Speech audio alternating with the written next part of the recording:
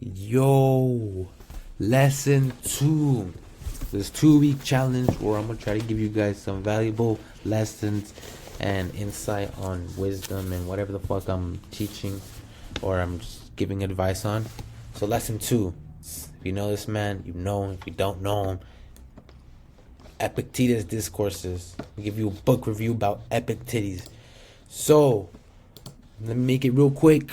You know what I mean? It's just gonna be very quick. Try to make it 5 minutes, 7 minutes. Just give you quick insight on Epictetus and his philosophy and his philosophies. And he's a stoicism. Anyways, principle 1. What is in our power and not? Recognize what you can't control and you cannot control. Instead of getting upset about what you can't, instead of getting upset about it, appreciate it in a way, you know. If it's raining outside, appreciate that the water, the rain is feeding the sun, you know. I mean, bro, oh my God. You know what I mean? Like, for example, I just got frustrated right now. Instead of me complaining about it, I'm gonna reaffirm it and make myself as I'm fucking stuttering, yo. Look, the point is, instead of me complaining about me being a fucking dumbass and complaining about that I can't speak to people and I can't spell or whatever the fuck, I'm gonna just reaffirm it and tell myself that I'm learning. You know what I mean? Because this is it's like new to me trying to explain shit in a very structured and formal way. Anyways, I'm wasting time. That's what, you know what I mean? From that example, this is what it meant. Instead of you getting upset about it, appreciate it in a way that you can. I just did. You know what I mean? Instead of me getting upset about myself, I appreciated myself in a way I could. That's how you free the mind. I just freed my mind, and I'm flowing my thoughts even better. You know what I mean? I just got distracted because I saw like a kid fucking hanging from a roof. I don't know. According to Epictetus, feeling angry and sorrow are useless emotions. He says, when does anger ever teaches someone to play music and pilot a plane? Do you imagine that anger is going to help teach me far more complex business of life? Like literally what I just did right now. Instead of me getting angry, I reaffirmed it and did a more positive way of thinking, a more positive emotion. Instead of me getting angry, he has a point, because if I would have just gotten frustrated, I would have just fucking ended this video and be all frustrated about it. Anyways, anger can blind us from a sense that we're more self-driven from our emotions instead of looking at it from a bigger picture. Literally what I'm just doing right now. I could have just been fucking angry like, you dumbass Robin. But I'm looking at a bigger picture. I'm looking at it from a broader lens instead of me being very hard on myself. You know, angry, you know what I mean? If we go through lives and every little thing is bothering us, we live a life of constant distress, right? Who likes living a life of constant distress? You know, you gain nothing out of you gain nothing. You're just killing yourself in a way. You know what I mean? Next lessons he also talks about being bonded to things, or being bond to things, which let me explain what bond means. Being bond to things, I spelled this wrong, bonded, it's bond. Like for example, chair, clothes, TV, like I need this thing to survive, right? I mean, I guess I need it, right? But you know what I mean? Like bond, like I got perfume, like these are bonds that like I want to smell nice, whatever the hell. You know what I mean? Oh, phones, like just stuff that essentials that we need, but we don't realize that we need. Oh fuck. But we need. But sometimes we are bonded to maybe friends, family, people, and we see them as an essential of ourselves. That's a problem. If they're a positive thing, that's good, because we only like positivity in our life. But if they're negative things and bringing us down, Epictetus says, because we are bond ourselves to many things, they depress us and weigh us down. You know what I mean? Sometimes we bond ourselves to social media, expectations from external stuff, like being perceived pretty, validations. Like these are all external, and if you don't receive them, we torment. Oh, I spelled that wrong again. Torment. This is torment. Torment ourselves, so we negatively bond ourselves to these things. You know what I mean? It is making us even more distressed, and we are now, again, we put this pressure into ourselves. We do not need social media. We don't need our phones. We don't need none of this stuff.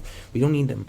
But in a sense, we bond ourselves to feeling that dopamine rush. We bond ourselves to feeling validated. You know, those likes, clicks on your story. We feel, oh yes, I feel important, blah blah blah. That's why I advocate. I hate social media, because Again, when I go on social media, I'm bonding myself subconsciously to think that I need people to like me. But when I'm off social media, I don't even think about it, because cause it's like I deleted it. It's not a part of my life no more. But now, you know what I mean, that I reinstalled it and started uploading, I feel a sense of pressure. It's subconscious, I know. But then again, you see me, like, we always bond ourselves to stuff, subconsciously or unconsciously, but we just have. But his saying is that if we bond ourselves less from it, we grow and we can have a more. Oh, we should try to eliminate these bonds as to set us free from living a life of suffering. Literally, social media. If you delete that shit, you live a life. You're less to suffer mentally, right?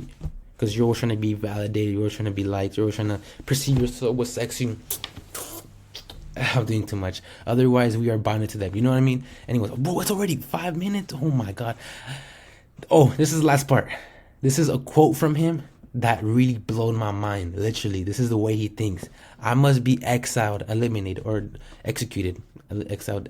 I must be executed. But is there anything else to keep me from going with a smile, calm and self-composed? Tell us your secret. I refuse, as this is up to me. I will put you in chains. What's that, my friend? It's only my legs you will chain. Not even God can conquer my will. Bro, how fucking powerful is that? Not even God can conquer your will. He's basically referring to, like, our body's not even ours. It's our will that is ours. You know what I mean? He's so bonded to that philosophy of that philosophy of what is in our power and not. You know what I mean? His body, in the sense, if we're bonded to our body, we're more likely to stress about being eliminated. But if we're less bonded to it, we don't give a fuck if they chop off our head or if they chain us, or, you know what I mean? Because we're not bonded to it. I know that's more extreme, but you like, that's his philosophy behind it. And that goes to show that you can bond yourself detach yourself from social media or whatever, you know, boyfriend or girlfriend, you know what I mean, that brings you stress or adds on to your life and stuff like that. So we can be debond ourselves from certain stuff, and we live a more fulfilling life. If that makes that's from his philosophy, at least, right? You know what I mean? Not even God can conquer our will, right? I mean, literally, if you're in your most distressed situation, you either can. I stuttered. Okay, let me just get to the next topic. Summary. So next time your teacher screams at you, see what you can and cannot control. You know, you can always wait. Let me elaborate on this. So when your mom or your dad comes into your room screaming, "You little bitch," whatever the hell, you can either decide to give in to that or not give in to that, right? You can't control your mom or your dad or whatever the hell is screaming at you, but you can control yourself. You can control your will to not give in to that negative bond, that negative emotion. You see what I mean? Does that make sense? I'm hoping I explain myself. It's already 8 minutes, but I think this is a good 8 minutes. You can also practice stoicism by embracing adversity and cultivating wisdom, courage, self-discipline, and justice, right? You not indulging in negative emotion is literally self-discipline and courage.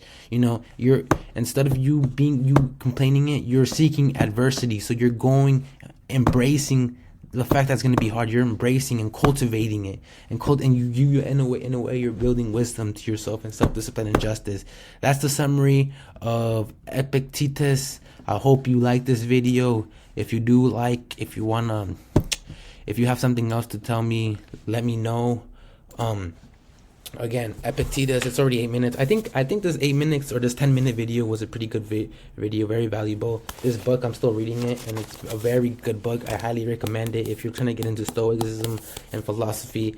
I'm gonna make a more in-depth video, probably. I don't know, but I really enjoy this book, and it can just it just really understands your decision making as a human being and as humans.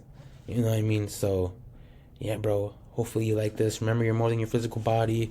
You can always do anything you want. Just remember, it's all in your mind. Again, you're more than your physical body. You're not attached to don't bond yourself to this physical body. Bond yourself to your will, which is endless possibility. Ooh, I like that. I like what I just said. Anyways, peace out, yo. It's almost 10 minutes. I think, yeah. Anyways, peace out.